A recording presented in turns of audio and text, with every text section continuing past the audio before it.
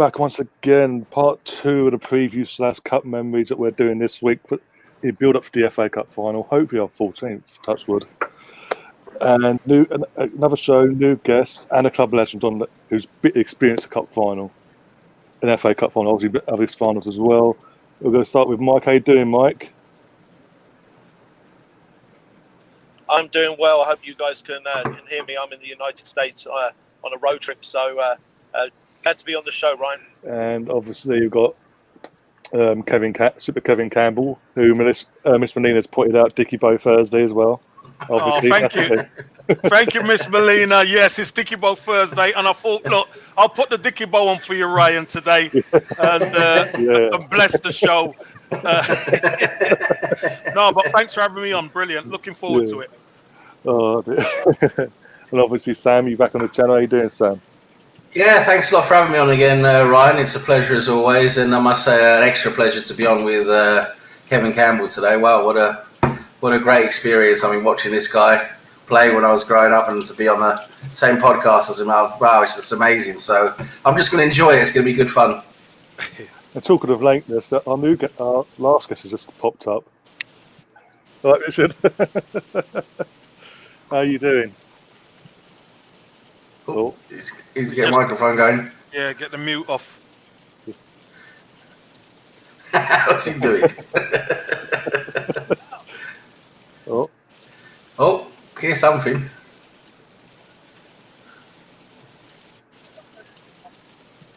Very low. He's muted himself. I think he's sorted himself out now. You're muted yourself. Just take off the mute, change the source. I think he needs to change the source of sound. This is what happens on live show, live podcast. That's it, you know. It always seems to happen lately. Not just my podcast either. It's just Yeah, I was going to put his bins on. Good. That might help. Yeah, get a microphone going. Oh dear. Right.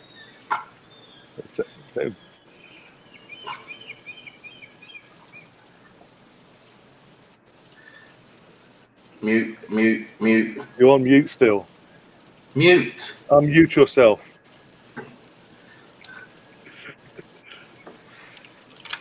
Why is other way to do it? Oh no, you want to sit me over the fucking. What has he done? Well, he won't let me unmute him either. That's the thing. That's weird. Oh god, I think we'll carry on. And when Richard sorts himself out, we'll come over to him. Kevin, obviously ex-Arsenal, played in the FA Cup final before. From a player's perspective, what's it going to be like for these players on Saturday? You know, it's taking out the equation. There's going to be no fans there, but with what it is, what will be going through the players' minds? Well, Ryan, this is what I will say, and for everybody who's watching and who's on the podcast, the fact that there's no fans there is terrible. But what we got to understand is it's still Arsenal, Chelsea in an FA Cup final. This is a huge game. Both clubs have got new managers. Both clubs, for their managers, it's a chance of silverware. You know, Frank Lampard's got the luxury of having signed players already. Mikel Arteta winning this might then push the owner into investing even more into what he's going to do. So, listen, this game has serious repercussions as far as I'm concerned. And being the club that's won the most FA Cups, we want to keep it going, don't we? We want to stretch our lead. Yeah, exactly. So I think it's vital that we turn up and we produce. And God forbid anybody mentions Baku to me.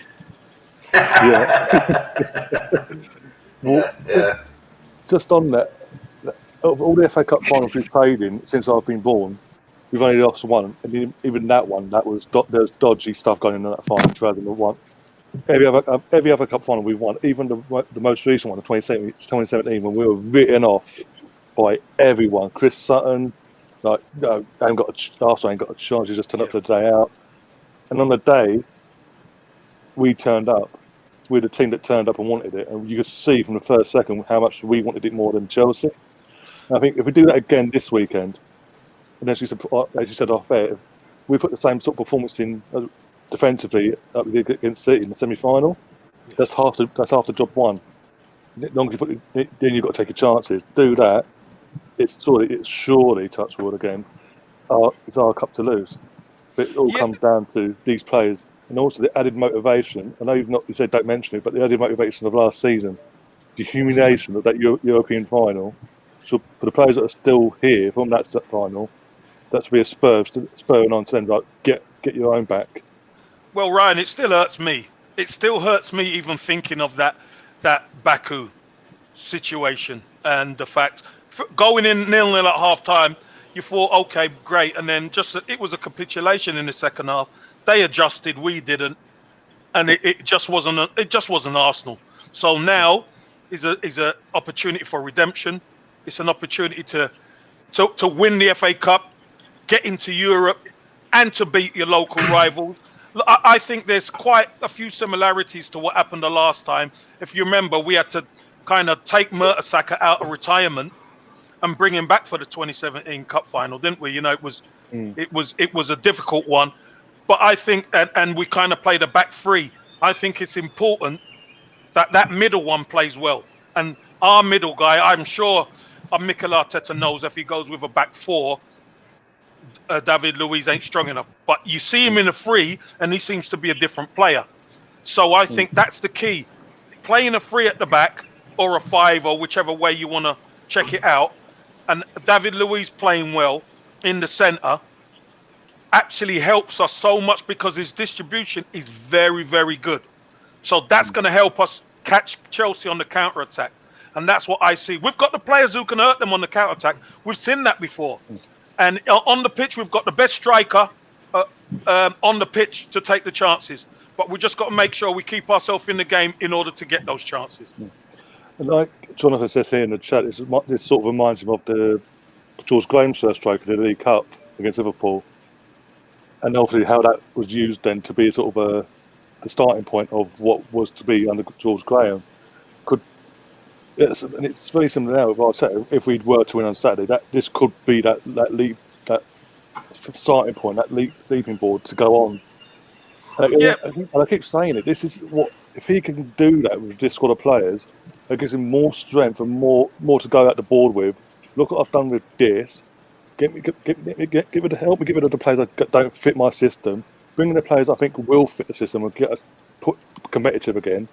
And we'll be in the Champions League sooner or later. We will be then competing and doing what Liverpool have done quicker than what we were expecting. But you need to back me. But with this trophy, imagine how much I can win with my squad. This ain't even my squad. That's right. Ryan, look, we all want it to be a catalyst. The catalyst for the club to move forward. I think that's really, really important. When you actually look at what he's done with this squad of players, we know we're not consistent enough in the league, and unfortunately, that's something that we just have to deal with moving forward. But in the cups, on a one-off game, this Arsenal team could beat anyone, and it's proven that they could beat some of the best teams.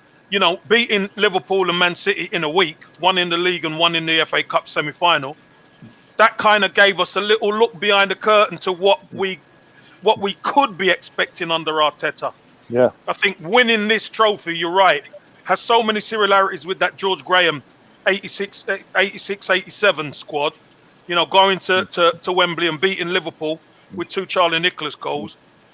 Coming into this game, if we could win this trophy, we know Mikel Arteta, if he gets backed, if he could get these players to buy in and develop to a point where they can beat Chelsea in a final, that ticks a massive box for me moving forward when he does get his own players. So I think it has serious repercussions of what we need to be able to do as a football club.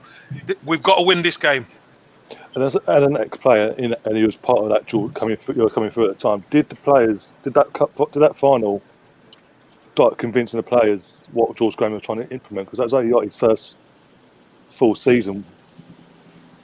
Yeah, Ryan, what you got to remember is I was in the stands that day as a 17-year-old, first year YTS apprentice. As a 17-year-old, travelled. It was my first Wembley final Mm. um, of attending at Wembley. So it was kind of new to me. But I trained the youth team had trained with the first team to try and build up like Liverpool, etc. And you get an insight into what George Graham's trying to do. Now, you knew as a young player, and you could see and you hear what the first team players are saying, that the belief was there. I think that's the key. The belief has to be there. Now, remember, Liverpool never lost the game when Ian Rush had scored. Ian Rush scored to make it 1-0 in the first half. We were 1-0 down at half time. But George Graham issued the rallying cry at half time, and Arsenal responded. Sorry, I think it was 1-1 at half time. But what George Graham done, George Graham made sure Arsenal pushed on, and the players believed. They ended up winning the game. And then obviously that was the cycle of moving things forward, having to change players in and out the squad.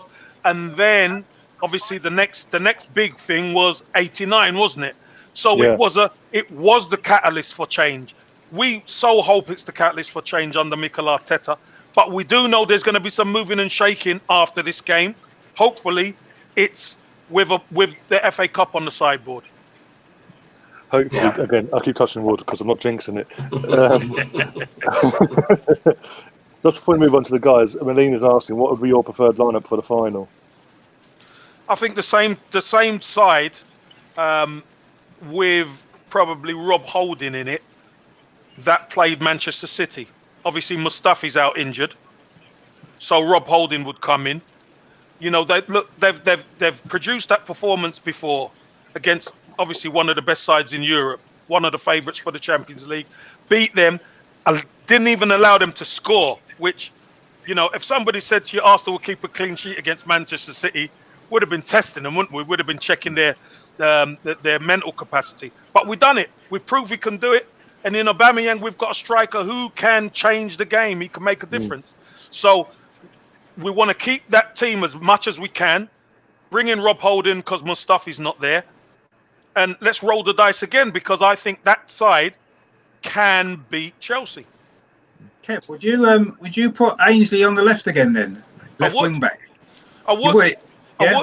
I would. I'd play Kieran Tierney as that third centre back. Yeah. Like what happened in that game. Instead of Saka, though. Instead of Saka. Yes, I would. I'm not saying. Listen, I love Saka. I think he's a very, very talented and gifted player. But defensively, we got to be right. We can't take a chance. Not against Chelsea. There's too much at stake. So we could always bring Saka on, but if you're down, then it's very difficult to adjust against this Chelsea side. Richard, now you got yourself sorted your end. What are your thoughts? Sorry about that. What are your thoughts going into Saturday? Yeah, I mean, I don't want to be too confident just because I don't think it's wise to do that. It's going to be a really tough game, isn't it? I mean, I think the league table shows that, you know, Chelsea finished 10 points ahead of us. I think the two games against them were quite close and could have gone either way. We were a bit unfortunate to lose at home, weren't we? Certainly, we should have had that game buried.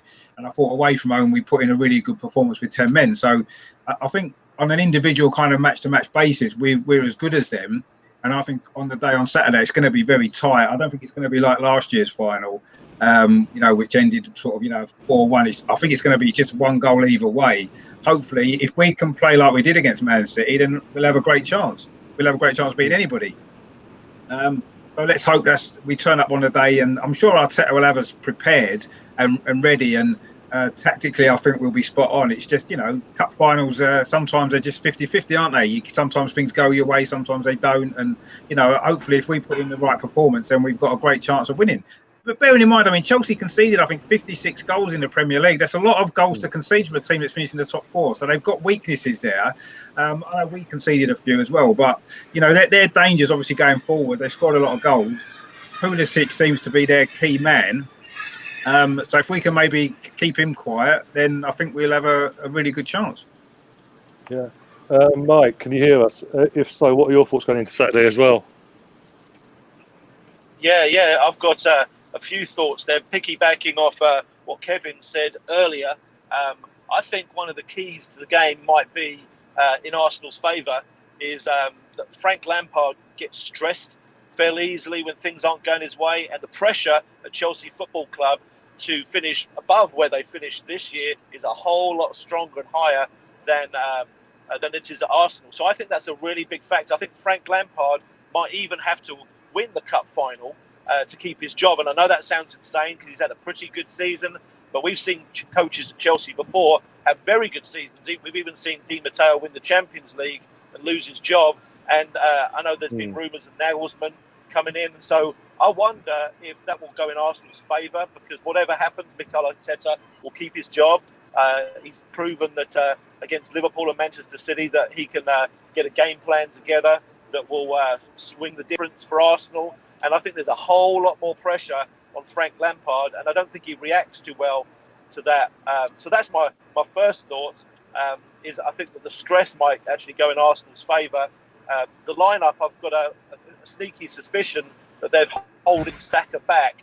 They're holding Saka back and have been for this, and I've been hearing that they've been practicing with him as an attacking midfielder. So I'd play three at the back, but I've got a funny feeling he might bring a surprise to try to win the game by playing 4-2-3-1 with Saka as an attacking midfielder, and he's been doing that, planning that the whole way along, and he's going to implement it because Chelsea won't be ready for it. And I think that's Arteta tries to use his switching it up regularly to try and surprise teams as a weapon. So I'd use him at left wing back, Saka. I'd go with and I'd play Maitland-Niles on the right because Pulisic is more dangerous, and Maitland-Niles can take care of Pulisic. So I'd play Maitland-Niles on the right, Saka on the left. But I've got a funny feeling that Saka might play higher up the field. So I'll just throw that out there. Interesting. Sam, what are your thoughts going into Saturday as well? Yeah, I think on the face of it, Chelsea, they've got a dominant midfield. I think our midfield is where we're going to struggle. So we've got to set up in a way where we can counter them. I agree with what Kevin was saying, because the only way I think we can beat Chelsea is by countering them. Soaking up the pressure and hitting them on the counter attack, because we're not going to be able to play them toe to toe or dominate them in midfield, because our midfield is nowhere near as good as theirs. So I think also the key is to play what's been working, and I think this, call it a hybrid 3-4-3 formation with the wing backs, I think has been working really well for us. Even though I know we've still been conceding a lot of shots, and we've had a bit of luck on our side, but it's stabilised us a lot more defensively, because when you've got the two wing backs helping out, making a five in defence, it shores up a lot of the holes. It pushes players out wide. There's no room in the middle, so it makes it more hard to attack us. You have to cross the ball more, play from more out wide, which is better for us than passing through the middle. And then going forward, you've got those wing backs, especially with the we could do it with Maitland-Niles on the left. Maybe I was thinking we might have Tierney out there because of his power going forwards as well, overlapping. Because if you've got Tierney overlapping, and then hopefully we'll have, I don't know whether it'll be Cedric or Bellerin. Cedric's cup tied, isn't he? So it's going to be so it's going to be Bellerin then. So we have to see if Bellerin's going to be able to do any overlapping. Maybe Maitland-Niles will get the nod. I don't know. I think he's going to go for Bellerin for the experience and his his maturity. He's played in finals. He knows how to play against Chelsea. So for me, I think we're going to see Tierney and Bellerin overlapping, going forward, creating that wide space for the forwards to interchange with, and then in defence, it's going to shore up Tierney. It's going to shore up with Bellerin, as a five in the back when we're defending. It's been a lot more stable that way, and we've looked a lot better that way, and we've played a lot better that way. So I can't see, even though I do agree with a lot of the points Mike is making, and I can see where he's coming from, I just don't see Arteta wanting to change it up right now for the cup final when it's been working okay, and I think he's just going to go for what's been working. and go for the more of the same, like against Manchester City, where we managed to do it against City, and it's on the day as well. I mean, the players have to show up on the day and give 110% on the day, no matter how we're playing. Formation wise, tactically, you got to give that 110%. The mentality has to be there, the attitude has to be there, and that's where you take charge. And so for me, I hope we play a lot of the same as we did against Manchester City. I agree with Kevin Campbell with a lot of what you're saying there, and I think it's better to have Tierney out as that wing back because he can bomb down that wing and add that dimension from out left with his crossing, as well as being that good extra. Who would you have as the third centre back then, Sam? Who would you have as the third centre back then? Well, it's the third centre back then is. I mean, it's. I know it's a lot of people probably. You got to have. I agree. You got to have Louisa in the centre. You got to have Holding, and then the third one is. I think he does a decent job there in that role. Is Kolasinac. But I know it's controversial. I know it is. It's just the only times I've seen him play well is as that third centre back, And for me, if you put Tierney in there, yes, of course he can do that role well. But for me, Maitland-Niles out left, I can see him doing a really good job defensively.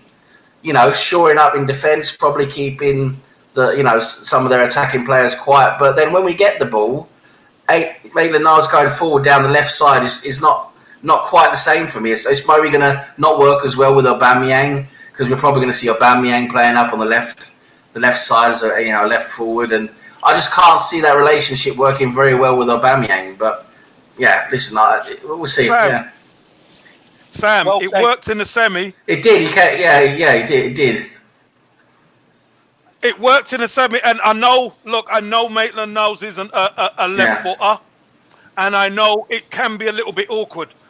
But the first thing that the defender has to do is defend. Now, if we can keep their wide player quiet, then the game plan starts to work.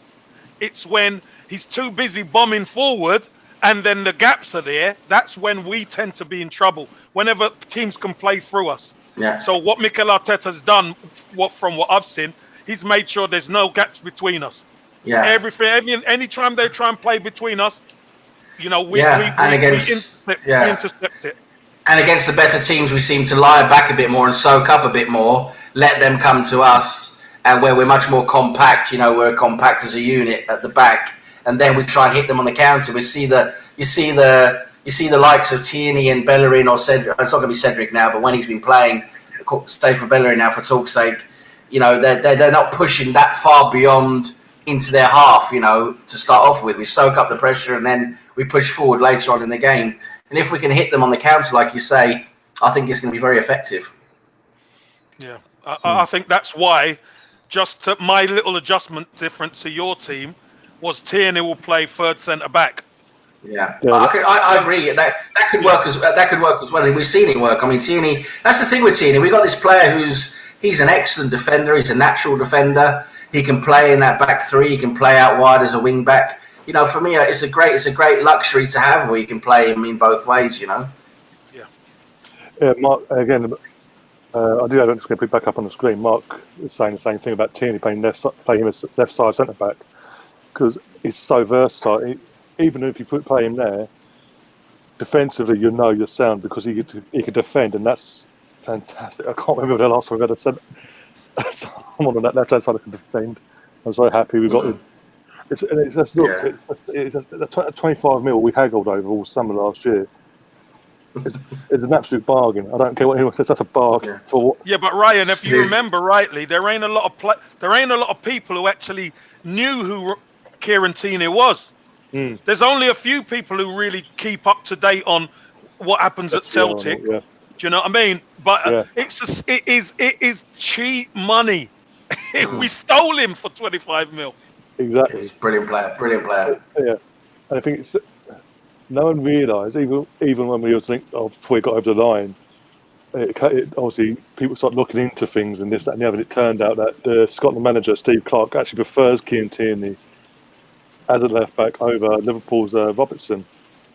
in that left back role. That's how good he is. And look how good Robertson is at Liverpool. Yeah.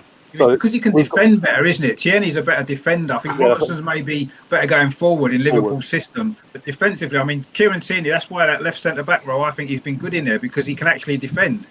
And that's what he did really well against Man City in particular. He was brilliant defensively. And it doesn't matter, yes, we're going to lose his forward burst. Exactly, we are going to miss that because he does get forward well. But this is a game where we can't afford any silly mistakes at the back. We've got to be solid. And Kieran Tierney would be much more solid there than Kolasinac. I've got no problems with Kolasinac personally, but I just feel defensively Kieran Tierney's better.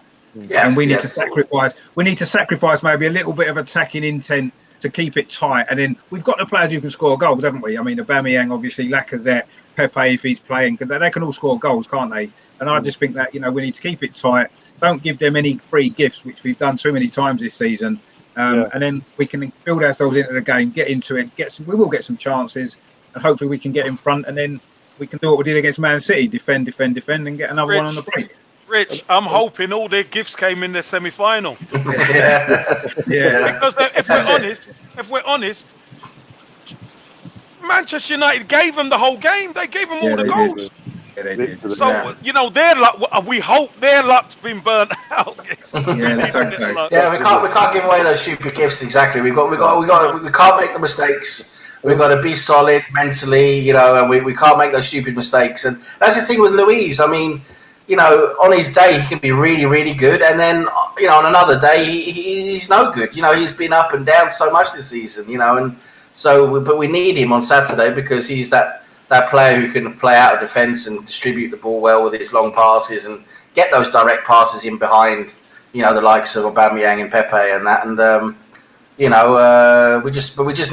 need him to be here, mentally because the thing with Luiz, I don't know about what you think about this, Kevin. I mean, a lot of people talk to the Luiz is a bit lightweight. I mean, you just have to push him a bit off the ball. When he jumps, you push him a bit, and he doesn't get to the ball. It seems to be easy to push him off the ball. What do you reckon? No. I mean, no chance. Look, people say a lot of this stuff. They've never played top level football to say that.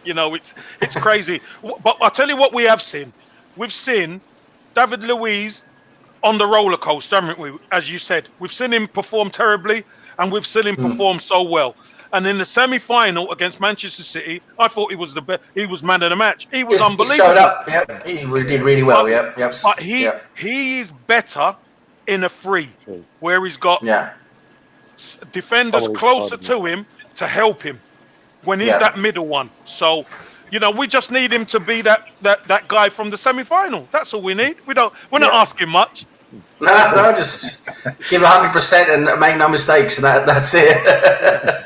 also with Tierney, what we've got, not just his defence, we spoke about his defence, what his abilities are on the pitch, but he's off the pitch. What we've got with him there, what part of that thing was the mentality he brought straight away, because we've seen in reports that first few months there, he was very intense in his training, basically going in hard tackles, like Arsenal used to do. And players are like, "What? No, this ain't normal." Because obviously they're so used to. Calm down. Yeah, calm down. Yeah. Calm. That's what I've been talking to. Calm. But again, Ryan. Again, Arteta. It seems like Arteta wants that, and that's so fantastic. We ain't signed that sort of player in so long that has that mentality of wanting to, and coming from a club like Celtic. He's had that mentality installed in him from a young age, and he's bringing it to the club, and that can only benefit us going forward. Touch wood again. Go on, Kevin. You're going to say? No, I was just going to say, and really quickly, this reminds me so much of the George Graham era, because there's a saying in football that you train the way you play the way you train. So, if you train the way you play, then it becomes everything's natural to you, and that's natural to Kieran Tierney. But you could see him training like he plays. He's foreign to a lot of the players. Why? How is it foreign? It baffles me how they think they could just turn it off and on like a tap. In football, it does not happen. Mikel Arteta knows that from Manchester City. Manchester City, they train hard, they play hard, and you see it's just in them. It's natural to them.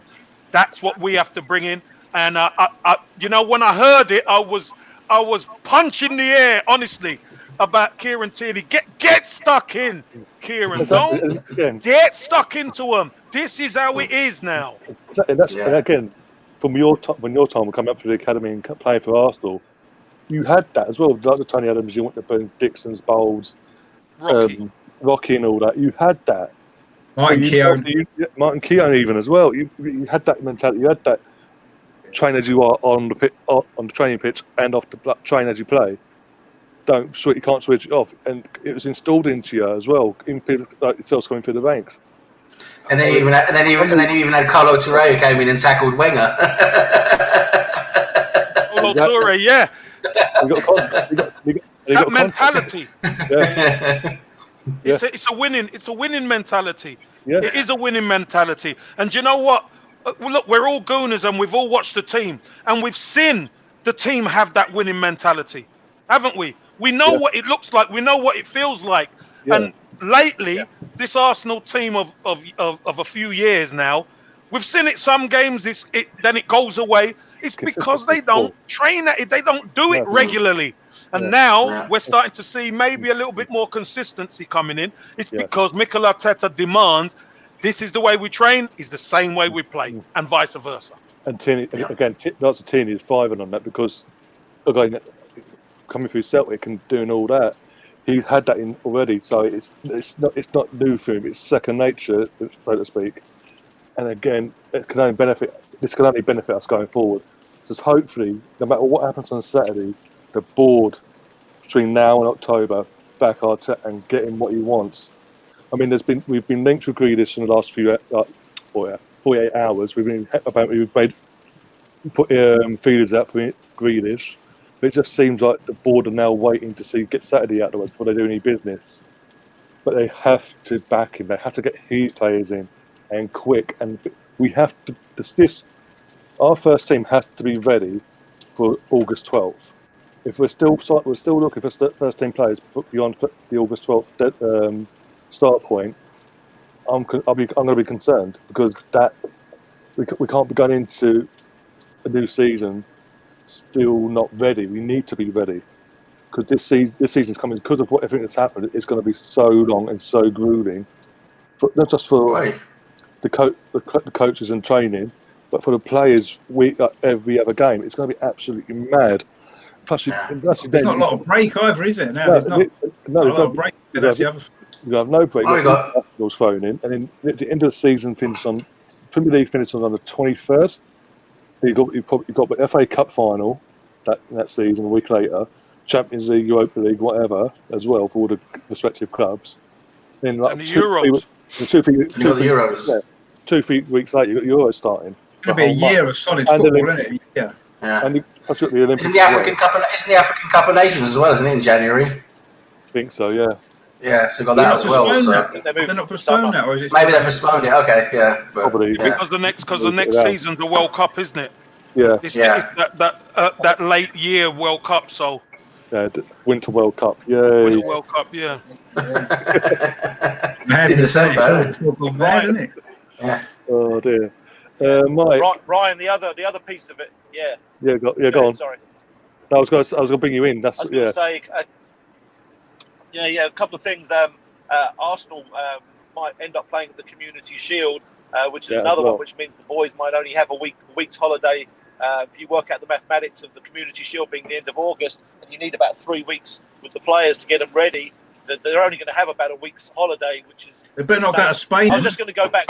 They won't be able to play. Not sure they're allowed. I was just going to go back to a thought on the game. I just wanted to just throw this back out there, and I suppose defend my crazy thought that we may play Saka further forward, which is I've got Chelsea friends who are season ticket holders. I'm talking to them, and I've watched a lot of Chelsea this year, and we have all agreed that Chelsea are a rhythm team, and they're a rhythm team in that if you let them get confidence and have the ball and play forward, that's them at their absolute very best.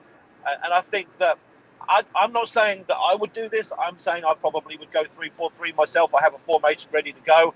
But I would not be surprised if Arteta observes that Chelsea are not Manchester City and they're not Liverpool and they're not as good in possession and as dangerous. I know that they're very good, and you don't want to give Chelsea the initiative, and you might want to just take a risk, roll the dice. Arteta's our golden ticket. He is the main man at Arsenal Football Club, and he has the trust, I think, to do what he needs to do, and maybe roll the dice and not give Chelsea the rhythm and not give them what they're expecting to see, and give them something very, very different and take a big risk. And I'm not saying this is going to happen. I know Chelsea are a rhythm team. I've seen it. And I don't think you want to see Chelsea get their rhythm going. And so I don't want to go backwards. I know people have moved forwards with the conversation, but just wanted to throw that out there. Okay. Just moving on. We're going to move on now. Look back at, because it's obviously the FA Cup now. As I said, we're going to look, like we did last night, look back at our favourite moments. We're going to start with favourite memory, and then we're going to favourite goals of FA Cup. Could be any point, at any point, final, whatever. And then obviously we'll get a score prediction at the end as well. But Kevin, we'll start with you. What's your all-time favourite FA Cup moment? Be it Arsenal or one of the other clubs. Well, so only Arsenal. My favourite, as a boy growing up, my favourite FA Cup memory was 1979, Arsenal Man United. 2-0 cruising. I'd been there. I'd done the whole day. Seen the players at the hotel, done the coach trip.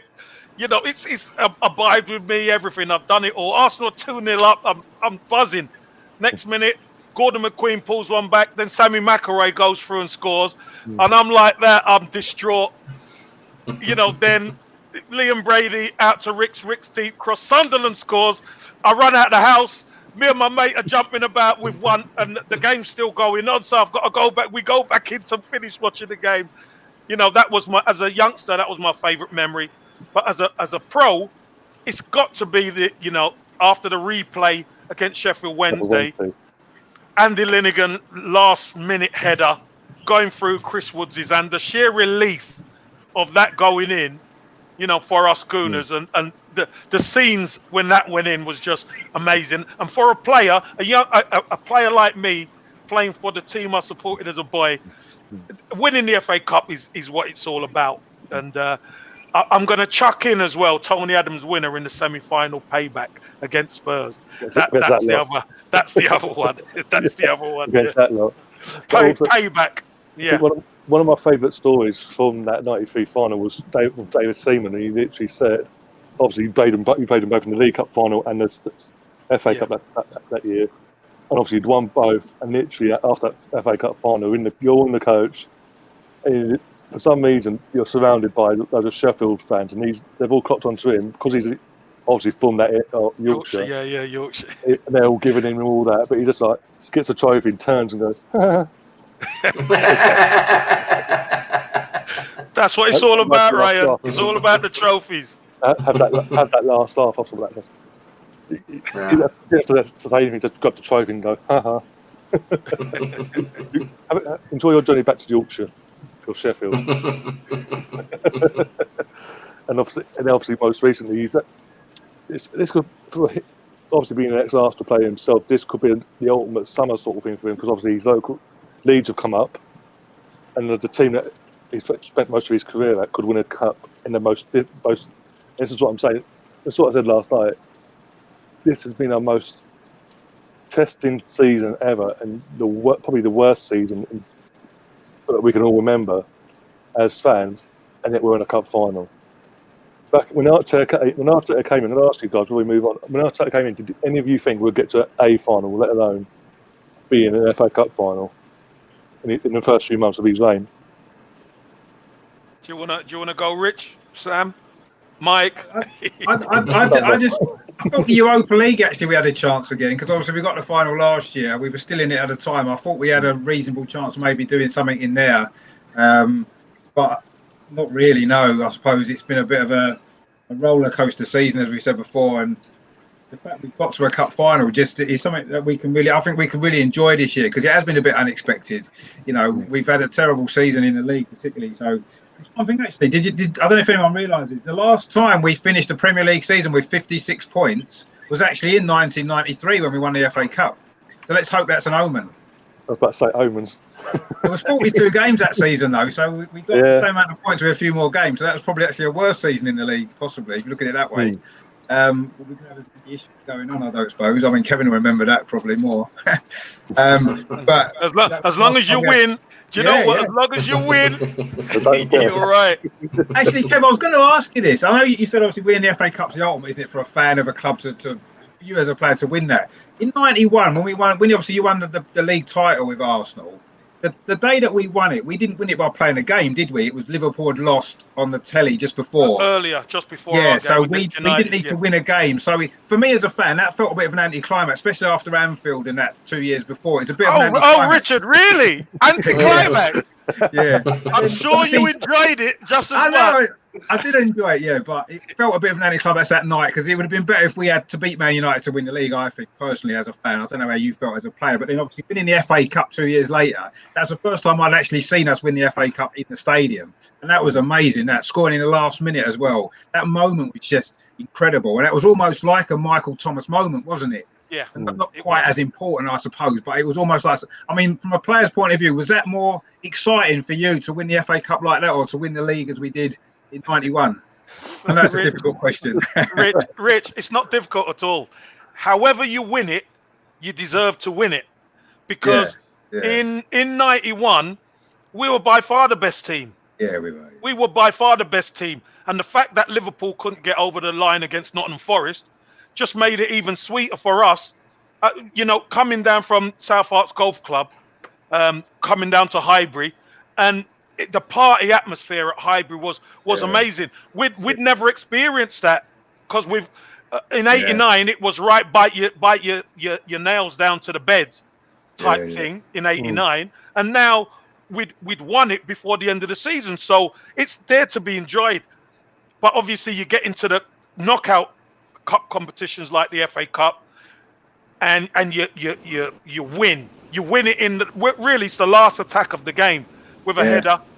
And this is this is the replay. That is just so exhilarating for a fan base and players because you feel the energy from the crowd. You do. You know that roar that when the goal goes in and the roar from the fans, it hits you as a player. It was absolutely amazing. So I'll take them both, Rich. I'm greedy. I want them both. No, I agree. Everything you win's brilliant. Yeah, definitely.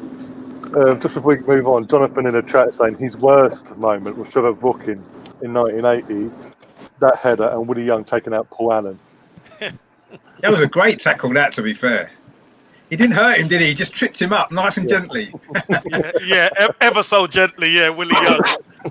No, that was a painful one as well. Look, it was. Listen, we got done in what was it, 78. We won it in 79 and lost in 80. So the only one we won was the absolute classic against Manchester United at that time, which was brilliant. But it's never nice losing in an FA Cup final, especially losing when we're the favourites. That's the other thing. Yeah, and we were hot favourites, especially in 1980. We were red hot. Second division, weren't they? West Ham at the time. We'll move on now. Mike, what about yourself? What's your all-time favourite FA Cup moment? Oh man, no doubt. I am right there with Kevin. I was not watching the 79 Cup final because I was 5 years old. I'm not sure even how to use the television probably at that age, but my mum bought me a record of the 3-2 final, and that's the reason I support Arsenal. She gave me this record. She put it on the record player. I sat there and I listened to the Cup final, and she put it on the last few minutes to get me excited. And so I absolutely loved that record she bought me. And then I looked up Alan Sunderland to see what he looked like in the newspaper, and I loved his hair. So Alan Sunderland's hair and that record is the reason that I support Arsenal Football Club. So I can't stray away from that. Nice one. Wow. Great hair. Yeah. and a good task as well. David Seaman, like. Yeah. Oh yeah, yeah. He had a throw, didn't he? Alan Sanders had an afro, man.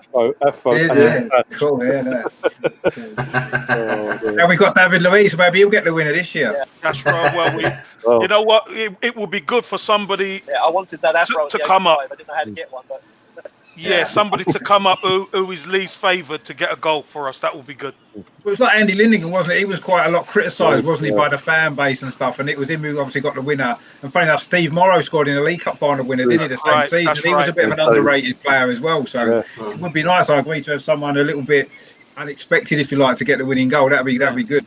Maybe Xhaka, because he gets a lot of stick as well. Make heroes out of these guys. This is what Arsenal's about, definitely. Yeah. With the FA Cup is, isn't it? The FA Cup's about heroes, isn't it? Yeah. Exactly. Well, we've had some nice long range pelters against Chelsea, haven't we? Parler, Ljungberg. You know, a nice long ranger would be nice as well, wouldn't it? A nice, real worldie in the top corner or something like that would be nice as well. Anything will do. A little tap in from 2 yards off someone's backside will do, isn't it? If it's going to win it. Yeah. Sam, what about yourself? Yeah, I mean, I'm actually with Kevin Campbell on this. I mean, I grew up.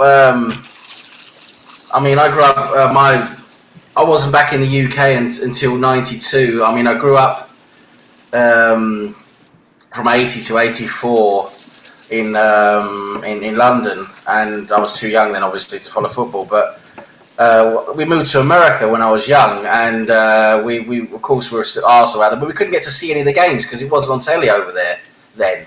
You know, we could only hear about it and read the papers and stuff like that, but we just couldn't get to see any of the football, so we wasn't really able to watch the football. And my brother, I was too young really to stay out at a pub or go to a pub to see the last game against Liverpool, just to mention that. But my brothers who were there with me at the time, who are much older than me, they managed to sneak out somewhere, God knows where. They managed to find some pub somewhere that was going to show the game live for some I don't know how they put together this satellite combination somehow. They managed to show it, but they had the game and they saw it. Yeah, they had a great party all night. I was just a bit too young to take part in them, but then got back in the UK when I was 12 in '92, and that's when I really got to follow Arsenal properly on telly and everything. I was with, I was quite close to London then, and for me, the first real great experience for me I got to experience as an Arsenal fan was that semi-final win. Kevin, mentioned the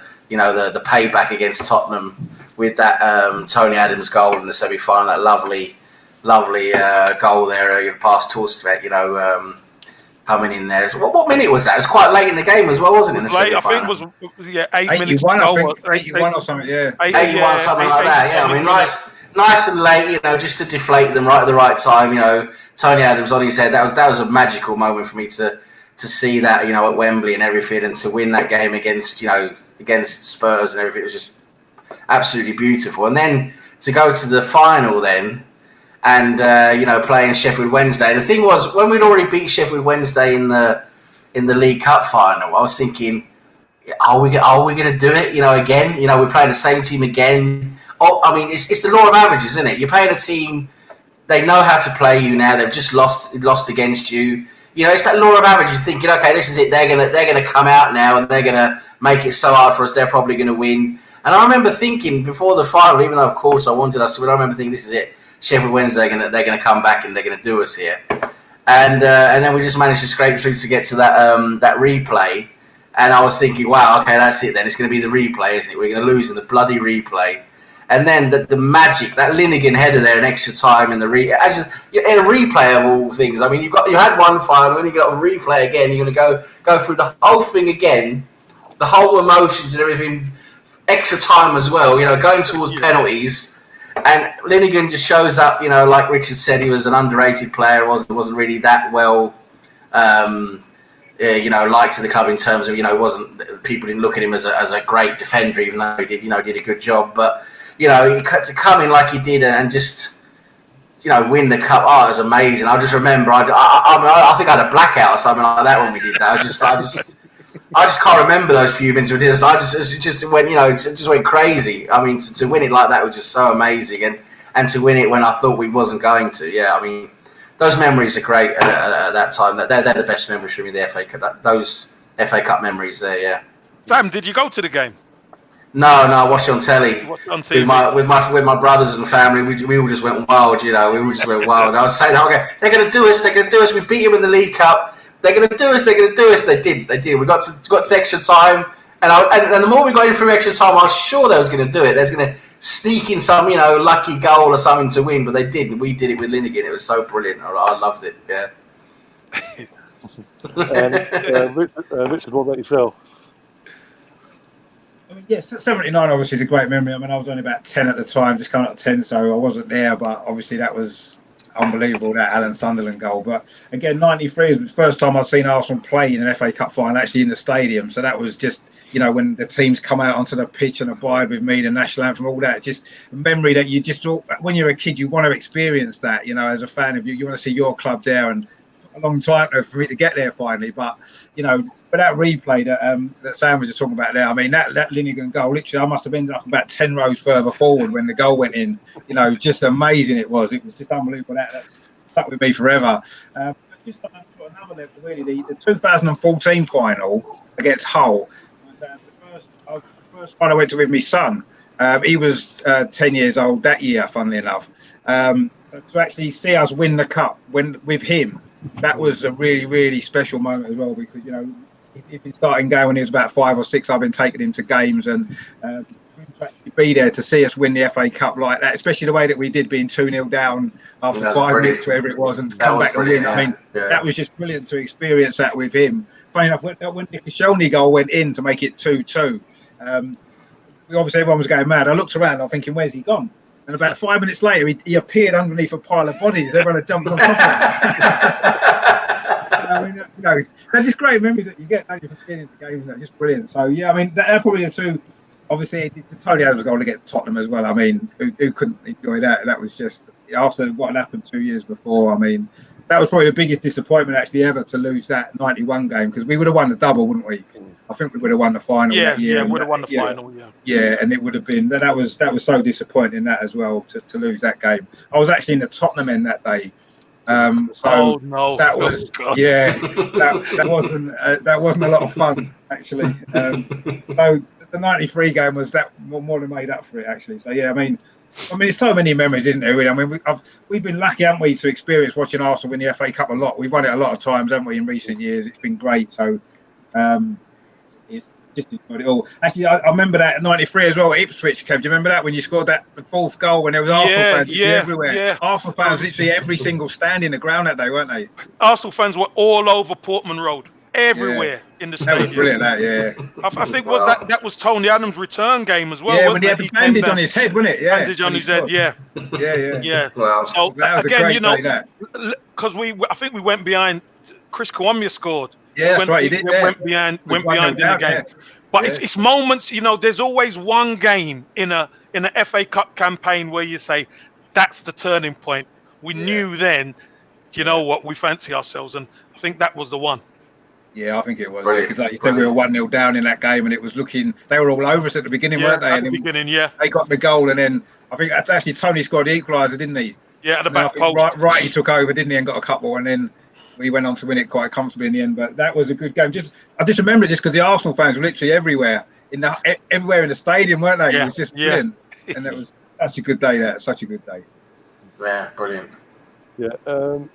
Obviously, I mentioned it last night. My moment is obviously 2002, just because of obviously it was 2002 and 2014, but 2002 was reason behind it was because of 2001. The only defeat I've ever witnessed, and how we lost that, and then players to then come back a year later and have the bottle to then right the wrong of what was 2001. Right or wrongly, 2001 we were confident. I don't care what anyone says. How Huncho finished that game. On a handball, yeah. Yeah, Huncho. We dominated. We absolutely pinned Liverpool down on the ground at one point. We should have won that game anyway, regardless of that handball, shouldn't we? The chances we had. I think that we're so dominant. We sort of won that and been for the last 10 minutes, and out of nowhere, that last 10 minutes, no one scores. McAllister comes on, changes the game for them, and then Owen scores, and then goes through again and runs through our defence. I'm just like, no. Yeah. But for a year later to come back against different opposition, it's different opposition, first London derby, the first time we played him in the final, and for Ray Parlour to step up, hit an absolute belter of a. No keeper saving that at that time. Worldy. No Worldy. That was a worldie, yeah. And then to It's run only off, Ray Parlour. It's only Ray Parlour. he celebrated. He's running off into literally the sunlight's beam coming from that direction. So he's running off. He got Dixon coming because he was a sub that day, coming around, put his arm around and grabbed him by the cheek. And then Nürnberg, again, a year after obviously scoring what he thought would be the winner, for this year, for the following year, to come back and it's got an absolute worldie as well. And bends it round Colaccini. It was nowhere near the goal, and Dixon was already off in the other direction celebrating. But just, as I said, just show the bottle and not have that memory of the 12 months prior to haunt them and actually use it as an advantage. It was fantastic. And obviously 2014, as I mentioned again last night, 9 years of hurt was ended that day. We got put through it that day, but it was ended. Yeah. Because obviously I couldn't get to Wembley because tickets were like bloody gold dust. So my brother went to the Emirates, and I'm trying to think, 2014 now. I'm trying to think, bloody hell. It was about, I think year 8, year 9, I think he was. So like 12, 13, I don't know. But basically, it's his first cup final he would remember. He obviously probably remember. And obviously 2-0, I'm sitting there and we're like, this is Birmingham City all over again. This is Birmingham City down to a T. We're going to bottle it again. And then Santi Cazorla steps up, hits an absolute worldie for a free kick, and you're thinking, oh, okay. Here we go. Okay, here we go. And then the equaliser. And as soon as we got the equaliser, I said, yeah, we're not going to fuck it up now. Because the momentum then swung properly back in our direction. And I thought that Cazorla free kick was important in that game, wasn't it? That was a turning point. Because we needed a goal, didn't we, quite soon to get back in it again. And I think that was a turning point. People tend to forget, because obviously the comeback we made, 2-0, 2 minutes before that, it could have quite easily been 3-0. We went for, I think it was Gibbs on the line. Yeah. But even at 2-2, extra time, and when literally Ramsey scores that goal, me and the brother jumping on top of each other, and everyone's jumping on top of each other. Oh, man. Things like that, you just don't forget. He knows at the Emirates, and then outside, we're all celebrating for hours on end. And he's literally got other fans coming up to him afterwards saying, he related to Bergkamp because he's had that little look back. He had that look because he had the blonde hair, the short blonde hair and all that. And he purposely gone and got himself the old school Arsenal long sleeve. They're like, Dennis Bergkamp, because obviously blonde hair and all that. But it was just take that, Ryan. Baby Bergkamp. You were Baby Bergkamp, mate. The thing is that got him into looking into Bergkamp. So obviously, again, him not being old enough to remember Bergkamp because he's probably 99. So the time he actually started getting into football, Bergkamp just retired.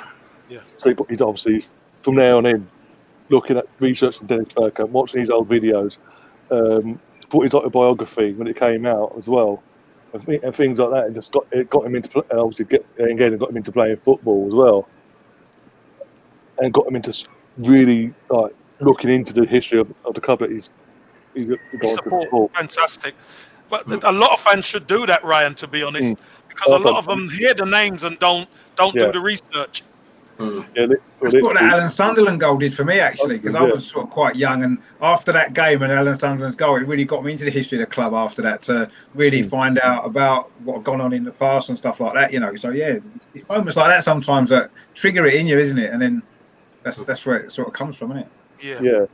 The next category was FA Cup goals. Your favourite FA Cup goal? Again, it could be either a final or an earlier stage of the cup.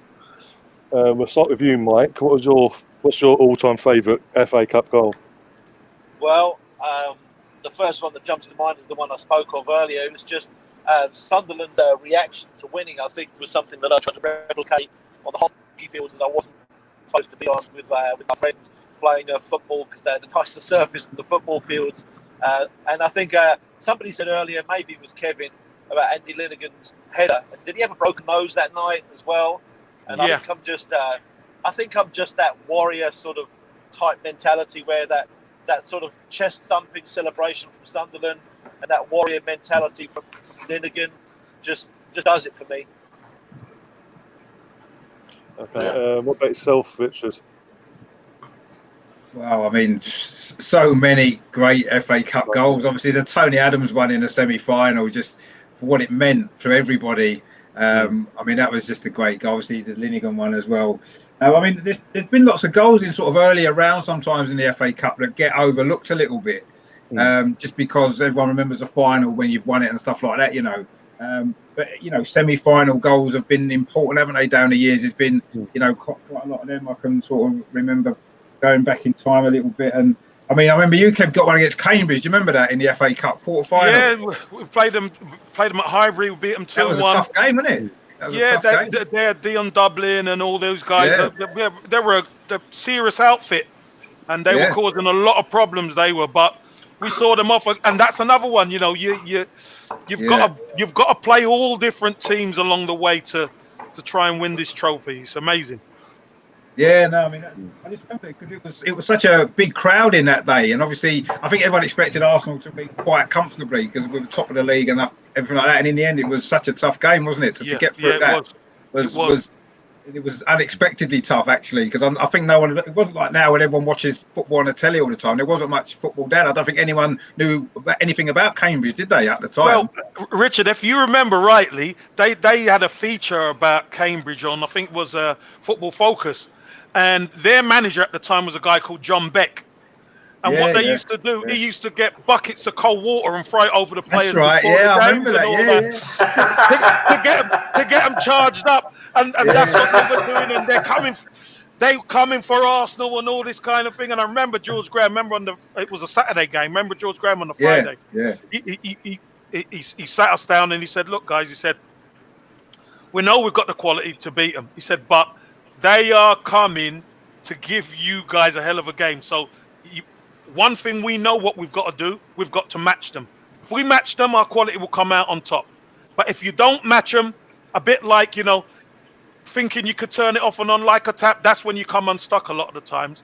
So we matched them and we ended up winning the game. But that was a battle and a half. That was a good game. Yeah, it was a good game. I say surprisingly good, actually, because I think everyone expected us to win 4-0 or something like that and just cruise through. And it was, I think Dion Dublin scored, didn't he, for them that day? I think he scored. Yeah, I think he scored their goal. Didn't he?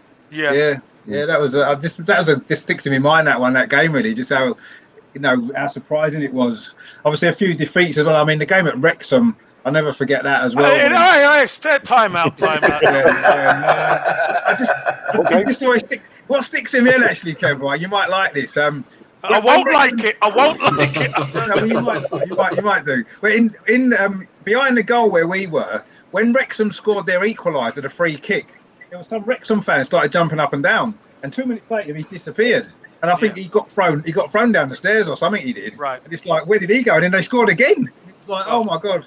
That was unbelievable. We should have been 6-0 up in that game in the first half, shouldn't we? Listen, we should have been out of sight, but it's a typical cup tie where you're cruising. Even at 1-0, we were cruising. We weren't in any trouble.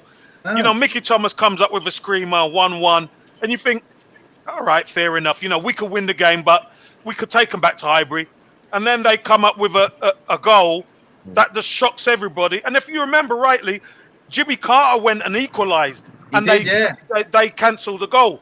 What was it disallowed for? Do you know? Did you ever find out? Up till now, I don't know. I don't know why it was disallowed, but it was their day, and God, we got some stick for that. I tell you, George Graham gave us some. He gave us more than the fans. I tell you. I bet he did. It's that sort of thing, though, isn't it? That makes you appreciate when you win things more. Because the following season, wasn't it, when we won the cup, and sometimes. Although they're not good memories at the time, you learn a lot from that, don't you? I think probably use more as players, I expect. But I mean, even as fans, it makes you appreciate the good times when you suffer humiliation like that. Oh, it was. Anyway, can we move on? Yeah.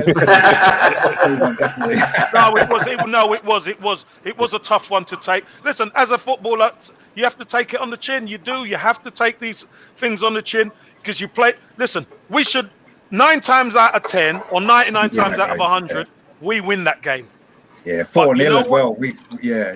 But you know what this FA Cup does? This FA Cup can throw a few curveballs at the big teams, and things go pear-shaped, and it went pear-shaped for us that day, unfortunately. But it does make you appreciate when you do have long runs in the cup and you do go to Wembley and win. However you win, that's why, again, I say, however you win, I don't care as long as you get over the line. And how hard it is to win as well, isn't it? The FA Cup is so hard to get there, isn't it? So hard to win. Yeah. It is. And that's why I think it's a bit. I think it's been a bit devalued or underappreciated as a competition because it's so hard to get to the final, let alone win it. And to do it once is a great achievement. So what we've done in the last sort of 6 or 7 years, getting to the final so many times, I think that's a great achievement. It's almost been brushed aside as though it's not important. Yeah, it's remarkable. It is remarkable. Yeah, it is because it's the hardest competition to win, I think, because you lose one game and that's it, you've gone. Wasn't there? I remember a lot of talk about this and reading about it. When we nearly won 3 in a row, the early 2000s, we nearly won 3 in a row. Yeah, and we should have really, And if we'd have won 3 in a row, they're saying they was going to give us our own FA Cup or something. We was going to get our own one as like a memorial trophy. Do you remember that? Gold one. Yeah. Gold one. Yeah. No, that's what they say. Was actually give us our own FA Cup because no one's ever done, 3 in a row. That's going to give us our own FA Cup and make a new one or something like that. I was reading. I don't know if you guys remember that. I remember the talk. I remember the talk of it, but unfortunately, again, the football gods or whatever it is, the Illuminati. Yeah, we know about it. Though. Whoever it is conspired that we don't win it. You know what I mean? Yeah. In fact, it was that game against Watford. That game against Watford that we lost. I think it was 2016. If we'd won the cup that year, I would have actually won it 4 years in a row. We won it the 2 years before and the year after, and we lost at home to Watford when we should have won that game. That was unbelievable. And then we would have had a good chance of winning it that year as well. But anyway, I was just thinking, Kevin, you had did you? Because you had quite a few finals in a row, didn't you? Because you had the League Cup, the FA Cup, and then there was Remember, same that was year. the same year, and then you had the Cup Winners' Cup in Copenhagen, and then was it the year after again in Paris? Yeah, but I was what was I? I was injured, I think, for that game. I was injured at the back end of that season, but the club got to. It was 4 finals, wasn't it? It was 4 finals. Yeah.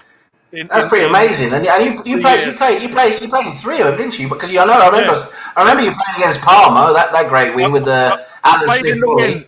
I played. That's it. You played in the wins. That's it, of course. That's it. I hate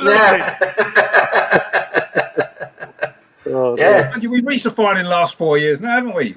17, 18, 19, and now 20. So we've reached the final 4 seasons in a row. Yeah, we've done quite well actually when you think about it. Yeah. And obviously the 2 before the year we missed 2016, and obviously 2014, 2015 as well. So that's 6 finals in 7 years. That's not bad going, is it?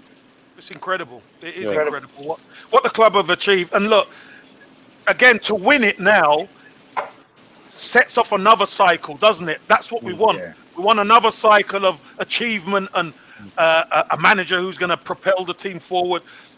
But, for all the players in that dressing room, what would it do for the likes of Kieran Tierney, Saka, the younger players, even Martinez in goal, Emi Martinez, all these guys coming together, Aubameyang as captain, what would it do? It will galvanise this team to show them that they can win. I think that's really important as well. Winning something makes a massive difference to you. Yeah, and it makes you want to win more, doesn't it? When you win one, you want to win again and again and again, don't you? And it gives you that extra incentive, if you like, I suppose, to go on and win more. Yeah. Especially with, as you mentioned, Aubameyang there, he's now in the last year of his contract as we speak. Winning Saturday, that could be the moment that he goes and actually fully believes in what Arteta's trying to do.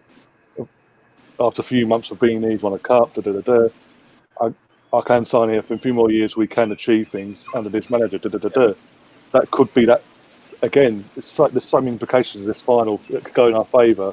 Touchwood. Trying to think there.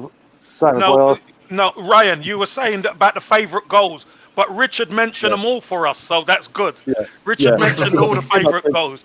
This is my favourite. No, listen, we'll latch on. I'll latch on to that Spurs one. Definitely. Unfortunately, I've witnessed quite a few Spurs ones in my lifetime, so I'm happy. I don't care what round.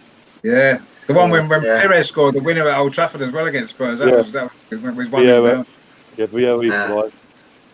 And Perez obviously won. And then obviously 2014, in that literally first round at the Emirates, again, for some reason, Shearer comes in, everyone sings his praises, and they're going to somewhat favourite somehow.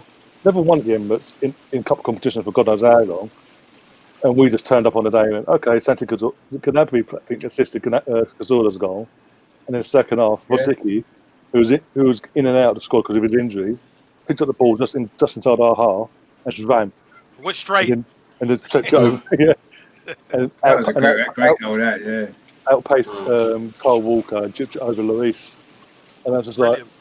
Yeah, that was a great goal, yeah. So we all love goals against the enemy, don't we? We all love them goals. A little bit more. But that semi-final goal, Rich, you were right. That semi-final goal, that was payback. Because it was, you remember a couple of years before, we were run away with the league. It was all there for us to do a double. And look, I've got mates who never went to work the whole week. Stayed at home. Honestly, stayed at home the whole week. It was so painful. It was so painful to lose that game. But to get that payback. Yeah, exactly. Yeah, that's what it was. Literally, it was just, it didn't matter about that game. I think how we played, it didn't matter. Just we couldn't lose to them again in the semi-final. We just couldn't. So that goal is just unbelievable, really. It's amazing.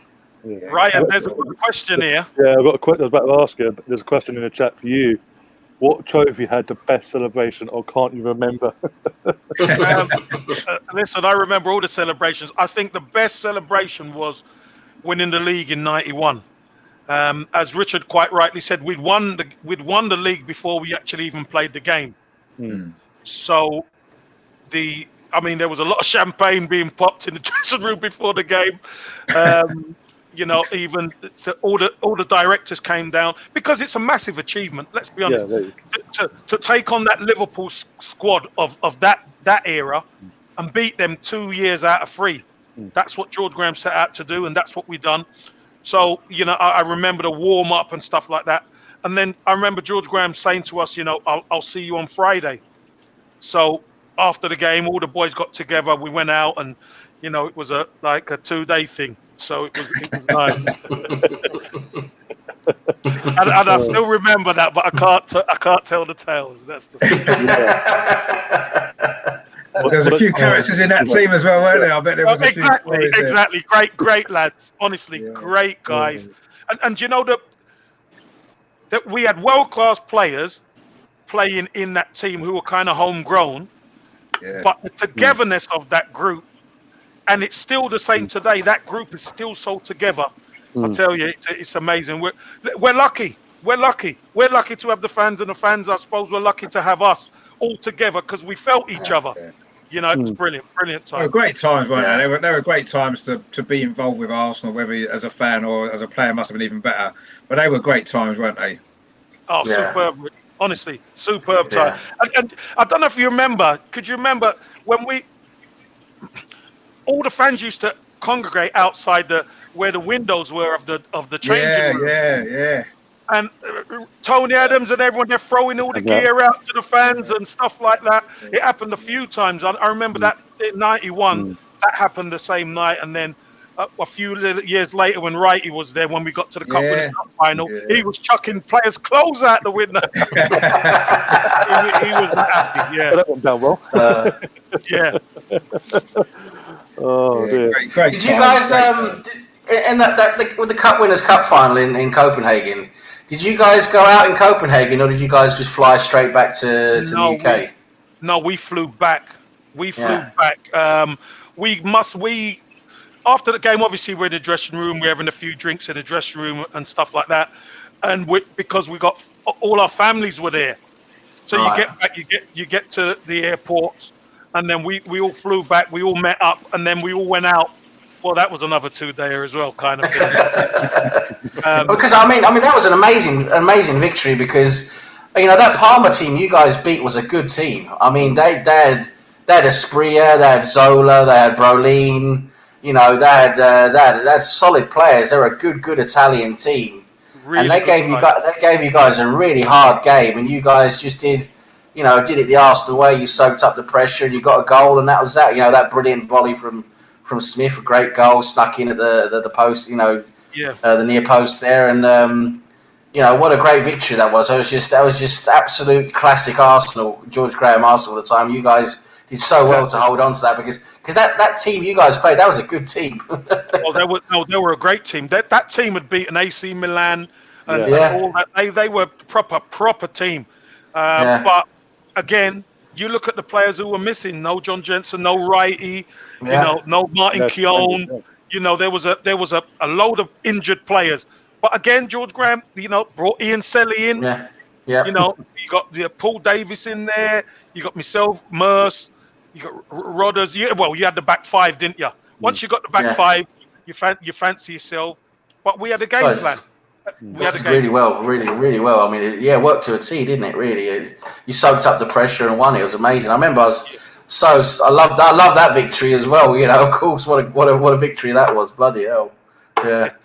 See, that PSG team in the semi-final were good as well, weren't they? Yeah. Oh, they were excellent. That Brazilian Rai or something, whatever his name was, he was the Brazilian in midfield was I think I got his shirt.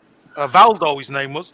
Valdo. Yeah, it's another one. Yeah. They had the great George Weah was up front centre. Yeah, forward. Exactly. George Weah. I don't think he played in the second leg, did he? I don't think he played in the second leg, did he? Top team they were. Yeah, they were a good team, them. Yeah, so to beat them and then win the final against Parma as well, that was some going. That's that's probably equivalent of beating Liverpool and Man City in 2 games now, isn't it? You know, that kind of level. Well, let's say Man City and Chelsea, hopefully. Touch wood again. We got to win it. It's no point getting this way without winning it. We got to win it. And that's what I'll say is if we were to bottle it on Saturday, I'll be asking questions like, what was the point of the Man City performance then? Why dig deep for that and do the performance you did there, only to get to, no disrespect to Chelsea, a lesser opposition at the moment in terms of where Man City are to where Chelsea are, to only bottle it against a lesser team. That will do my fucking head in. Yeah, but you know what? You know, Ryan, the FA Cup.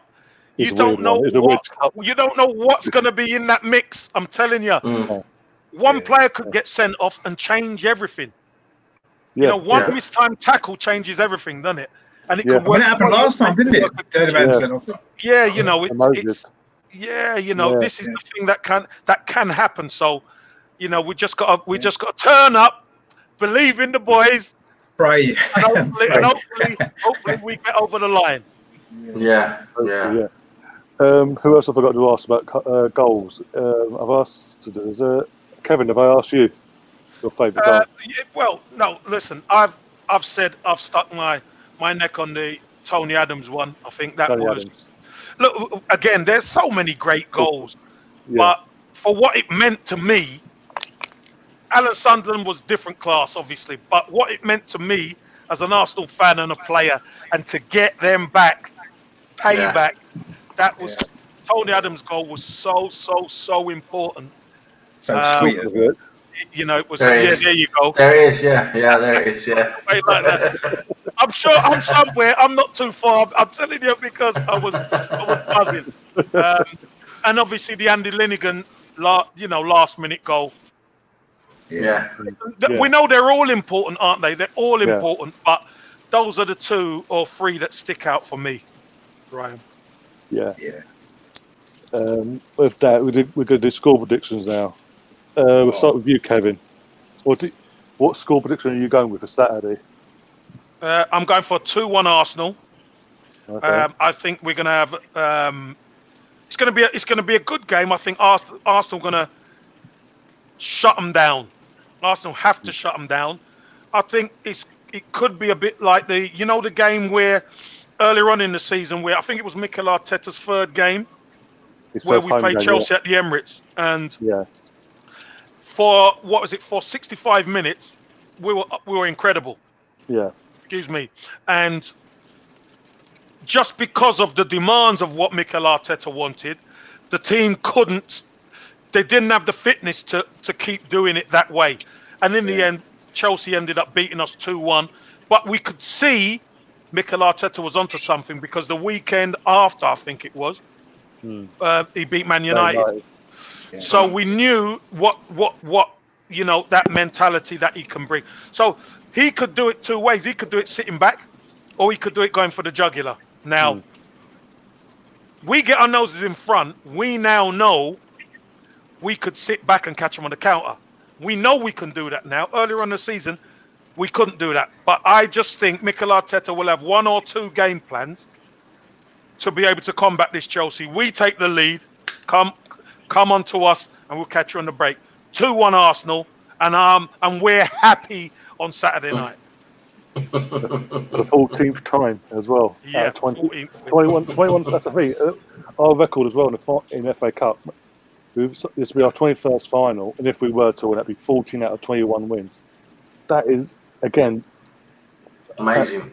That's sort of Real Madrid of the Champions League. 66, yeah, 66.66 recurring percent. That's you win 2 of every 3, isn't it? Yeah, that is. Yeah, brilliant. I'll take that, Ryan. Yeah, I'll take that. I'll take that all day long. Yeah, exactly. We've been a very good cup team, haven't we? We have played really well in the cups. In knockout games, you fancy Arsenal, don't you? In knockout games. Going to you, Simon. What's your score prediction for Saturday? Yeah, I think I don't think we're going to keep a clean sheet. Just because I just can't see it happening. But I think we'll win. So I have to agree with Kevin. I don't think we're going to go out and smash them. I don't think that's going to happen. I think that's very realistic. So I reckon 2-1 as well. 2-1 Arsenal. Mike, what about yourself? Yeah, I'm going to fall in line with a thought that Kevin had as well about the way that the game will go. I think Arteta's, if he's done one thing consistently, whether it's worked or not, is change formations during the game. And I think we'll see Arsenal possibly even go between the 2 formations we talked about earlier, the 3 at the back and and maybe taking a risk, whether it's at the beginning or later, playing 4 at the back, playing with an attacking midfielder. And I think that we'll see a variety of formations, and I think it'll go to penalties. I think David Luiz and Pepe will be our heroes of the game. I'm going to be specific about this. It'll be 2-2. It'll go to penalties, and then Henry Martinez will win Arsenal the cup. Wow, that would be good. If that happens in that exact style, I'm coming to you for the lottery numbers. Well, it's already happened. See, I'm in a different country, and we're so far ahead of you guys. It actually happened yesterday. So I'm just telling you, I'm not actually predicting at all. Well, that's good. If it does get a penalty, we don't need to worry then, do we? Because it's already been decided. So that's there cool. you go. It's done. It's done, Rich. Don't worry, mate. It's all good. That's good. That makes me feel a lot better. And Richard, what about yourself? I mean, I think it's a very difficult game to predict, isn't it? I mean, I actually think there'll be quite a few goals in it, just because I think both teams have got weaknesses defensively. It's just maybe who's going to outscore the other team. I actually fancy a 3-2, a bit like 79. I'm going 3-2 Arsenal. And yeah, an unexpected goal scoring, a winning goal scorer as well. Maybe someone we're not expecting. Maybe, I don't know, Bellerin or Rob Holding or David Luiz or Xhaka or somebody like that's going to get the winner.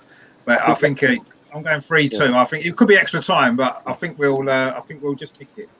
I think if David Luiz was to score the winner, I think that after everything that happened in the end of his time at Chelsea, with him falling out of Lampard, this, that, and the other, for him then to come back and go on the last game of this, that would kill Lampard. But because you know what Luiz would do, he'll rub it in like you wouldn't believe.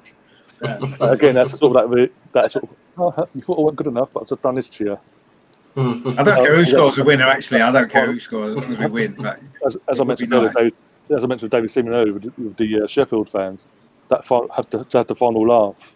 Like, okay, I wasn't good enough, but I've done this. Okay, but for me, I'm gonna stick with what I said last night. I think it'll be 2-0 if the lineup is literally spot like this formation is what we said before about 3 centre backs and all that, and he gets the lineup spot on. And if we play like we did against City, in the sense of the commitment and the drive that we have for the entire. We're switched on for the entire 90+ minutes, possibly extra time, and we keep Pulisic and Giroud quiet. They're the two that you keep them quiet. For me, that's half your job done. Then we do the other half of the job and take our chances when they come along. I think we do them 2-0.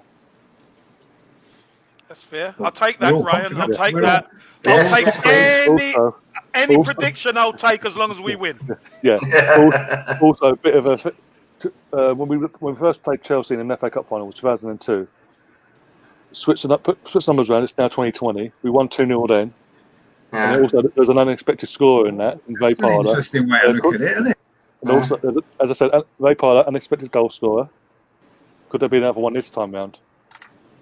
Maybe Kieran Tierney, 25-yarder.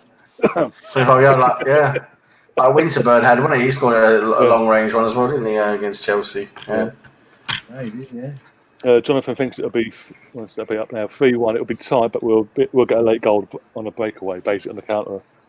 Yeah, seal it up. He also said he's hoping that Willie will have a nightmare, so to speak. The Lampard gets hammered for dropping spaghetti hands. That's another thing we've got in our advantage in our locker. We've got two fantastic goalkeepers at our disposal, whereas Chelsea have got one Asian goalkeeper in Willie Caballero, and a very young goalkeeper who's had a nightmare of a season. And though I'm confident, we've got two goalkeepers that are fantastic. I'm high confidence that aren't making mistakes. Apart from, I think this season, apart from the Chelsea game back in December, I can't remember many mistakes he's made. But Martinez has come in, and we're all like, you got the media link as fucking Joe Hart. I'm like, no, anyone, but we're not a retirement FC. We're not West Ham from the bloody 90s and 80s for crying out loud. And I can't say that. I got West Ham. Members of my family have supported West Ham, so I can say that without getting headed. So actually, Caballero's he's older than you, isn't he, Kev? Caballero. I think he's the same age, isn't he? I think he might be a bit older. I think we're the same age. No. Look, Caballero. Look, he's a decent keeper, but if you're Aubameyang and Pepe and Lacazette, you say to yourself, he's a good keeper, but he's not the top keeper. No. Arrizabalaga was brought in as a top keeper, but he's not hit the heights, has he? So Caballero's in there now. If you're a striker, you fancy a chance. Give me the chance, and I'll fancy beating him. Exactly. But if you're Chelsea strikers, you think, well, this is supposed to be Arsenal's second goalkeeper, but he's performing like a number one. Yeah. Because Martinez has been brilliant since he's been in there. And that's what I'm saying. We've got two fantastic goalkeepers. Yeah. And again, that's another strength in our armour that Arteta's got. Not for this final, but going forward. And again, a headache. It's competition, and this is what I'm saying. When people go about who's going to be number one, and they're both fully strength, it doesn't have to come down to straight away whoever it is. It's competition. And Arteta's always said, whoever performs better on the training field before a match in that week build up to that game will be in that starting 11. Mm-hmm. It's a good headache to have two fantastic goalkeepers at the moment. Yeah, we can't play both at the same time. They'd never score, would they? Yeah. Put them both in goal, sacrifice a striker, there you go. Win 1-0, that'll do. Jonathan says Woody's got the same haircut as Kev. Oh dear, with that. I've got hair, he hasn't. You're younger, Kev, that's why. I know, mate. I know.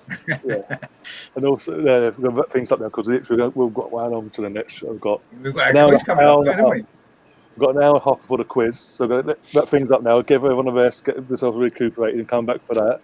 But yeah, we're doing an FA Cup quiz. It's going to be the first round of general knowledge, FA Cup, Arsenal, obviously, then that lot because obviously in the final, and then a massive final round where you could accumulate, even if you're last, accumulate and you can come back.